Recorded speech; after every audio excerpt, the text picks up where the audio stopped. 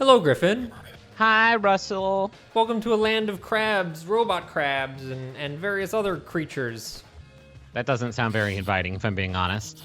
Well, that guy, he seems kind of friendly with his hat and his... I take it back. I love that guy. Yeah, he's adorable. Welcome to this playthrough of SteamWorld Dig 2. Are we playing the whole fucking game? We're playing the whole game in a half hour. No, we're not. This is really just very early in the game. The game just came out today on Switch, and I played through about an hour or so and snagged 30 minutes of it. Well, if there's a new Switch game out, I'm going to go ahead and go get that, because While we're recording? I need some of those, yeah. Yeah, and the good news is it's super fun. Yeah, I played a lot of the first SteamWorld Dig, which I get confused. What was the other one? SteamWorld Heist was like a completely different thing. I also played a ton of. This is SteamWorld Heist was sort of like a squad-based tactical combat game. This is a return to form. This follows the similar Metroid-y inspiration of the original SteamWorld Dig, and you are once again digging. Yeah, walk people through it in case they did not play the first one, which was, I think, a little bit more under the radar, but man, it was a good little game. Super, super good. Yeah, so the basic idea is you are a robot person in this robot world that's kind of inspired by like a Western atmosphere, and the way the game plays out is you kind of dig, kind of like Dig Dug style almost, through these wide open environments, and you collect money, which is hidden in the world. You can see some right there. And with that money, you purchase upgrades and progress further into the world and find more money and find more upgrades. So there's kind of this building up your character. You get more and more powerful as you progress through the game. Which also makes the digging go a lot faster and lets you dig through more and more stuff. And wow, you're getting torn up, man. Yeah, I tried to play well here. I failed it a couple times, but for the most part, it's okay. Yeah, so you can see it takes like 3 hits with my pickaxe to dig through this ground, or 2 hits. But as you progress through the game, certain ground, you can basically kill it in 1 hit, and it gets, kind of through the drudgery a lot faster. If you've like been through an area multiple times, chances are the second and third time you're like blowing through it to get to later parts. One of the elements in the original, and this returns here, is that you've got a bag. So once your bag is full, in this case my bag is full, you kind of have to go back to town and sell everything. Which I'm assuming that's something you can expand. Yeah. So you start, I think, with like 2 bag slots or 3 bag slots, and so I've expanded it already. It's not too bad. It seems like kind of a pain in the ass, but it's actually fine in terms of like how it all plays out. Like, well, this is a time-tested like progression mechanic. Yeah, stuff like this, and the Stardew Valley and all the Harvest Moon games is like, oh, you filled up. If you don't want to keep doing this, you better make your bag bigger. Right, exactly. So that returns. You can see me selling stuff right here, and I don't remember this being in the first game, so it might have been, but I don't remember it. There's now a leveling up system where as you kill more enemies, you'll level up, and that'll result in you getting better returns on your selling. Oh, interesting. Okay. Which is kind of neat. I don't know if it's just so far I've only gotten like better selling discounts, but it's possible like as you level up later on, you might get other perks. But there's a lot of new mechanics. You can see this cog mechanic here, which I'm going to dip into a bit later, but this is kind of like a new modification system for changing up how your player progresses through the game, which is really cool. So it's like special abilities, but you only have so many cogs to slot into stuff at one time? Right, exactly. What's cool about this is that you're not committing to stuff without knowing how useful it is. You can drop cogs in and out as much as you'd like, which is really cool. So some of them might increase damage you do to like resource blocks, or some of them might give you more health, stuff like that. So in the first game, while you were digging and looking for treasure and just trying to go deeper, there were also little chambers, like dungeon-like chambers that you could pop into with like special challenges and special unlockables. Is that also present here, I'm assuming? Yeah, that's back. We're probably going to see 1 or 2 of them in this playthrough. They remind me of those little like puzzle rooms in the newer Lara Croft games, where you can, you basically like, it's not about combat necessarily. It's usually about like, well, I need to break this block to break this block, and like these little puzzle mechanics. I love that. We've seen that a couple times now, where in addition to just sort of hacking away at them or shooting them with your weapons, you can Dig Dug style like drop rocks on enemies. Yeah, it's great. To kill them instantly, but they can also fall on you, which is obviously not great. They also, this was in the first one too, but there's this cool mechanic where you can race to enemies. Like in that case, if I were to like race over there, you can one-shot guys before they appear. Yeah. And it's like kind of an encouraging thing. So here's a puzzle room. I think I screw this up the first time I go through this. The idea is I have this long-range exploder, which is brand new. This wasn't in the first game. And it lets you explode blocks, obviously, at range, and you can shoot up, which is really helpful. In this case, I blew through all my water, which is what powers the grenade launcher, but I end up getting a little bit more, and we'll come back to that room in a second. So that's a resource, and it looks like your light is also on a resource based on that torch timer sort of at the top there. Yeah, I could have sworn that the light thing was in the first game as well. I think it was. Yeah, I think it was. But yeah, so you can, it'll just, if you let it dwindle the light meter on the top left, basically it'll just be very, very dark, and you can still progress, but it's just really tricky. So you have to... you got to go back to that puzzle chamber, man. It's killing me. I think I'm going to. I think Okay. this is when I decide, oh, I have enough water. Maybe not. This is pre-recorded footage, by the way. I don't know if we talked about Yeah, that. I'm not actually playing right now. Russ otherwise- isn't being obstinate and not listening to what I asked him to do. He did this in the past. Yeah, this is a past Russ not being very helpful. Yeah, so water's obviously a big mechanic, and you'll see like little pools of water that you can fill up your special abilities in. Again, that was something that I think was in the first game. One of the big changes is the art style, which you probably noticed, Griffin. Can you tell that it's like a pretty drastically different art style? Not really, but then again, it's been a really long time since I played SteamWorld Dig. If I remember, the original was like a lot more heavy lines. This is a little bit softer and less comic book. I don't know. It's just like a different art style, which is a nice change of pace. It's cool to see that they were willing to like change things up. You out of water again? No, I'm good. I can use a pickaxe on this. Good. So here's one of these puzzle rooms, and I'm filling up on water. And obviously at this point, it's pretty clear that there is a sequence of blocks that will fall, and we're going to do like an Indiana Jones style run. I'm going to use the grenader to give myself a little bit more time.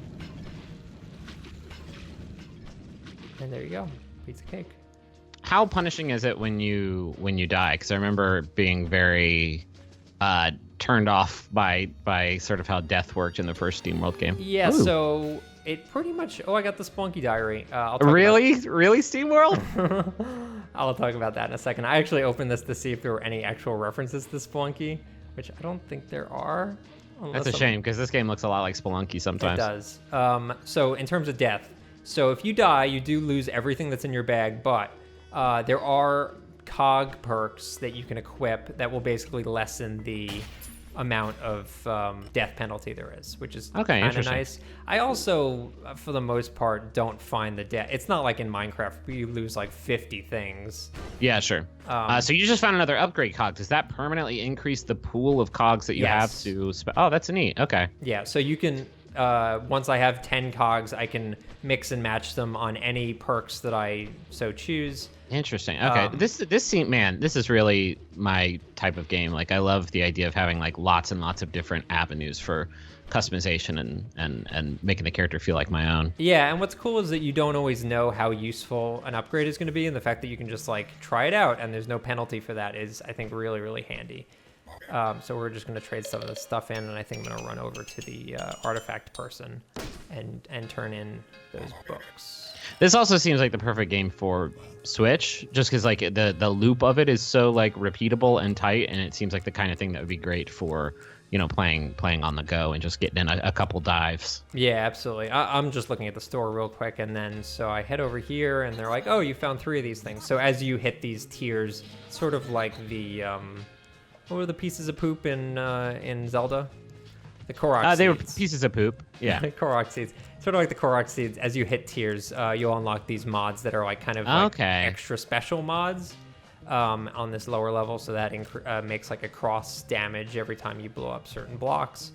But it really is very satisfying. The other thing that's cool is as you upgrade, let's say your pickaxe, more mod options will unlock for your pickaxe. So you'll be able to like pick different upgrades for that as you go on. So yeah, it really does vary depending on how you want to build it out. Oh, I did not see that enemy right over there. So there's a one shot. I just took him out instantly.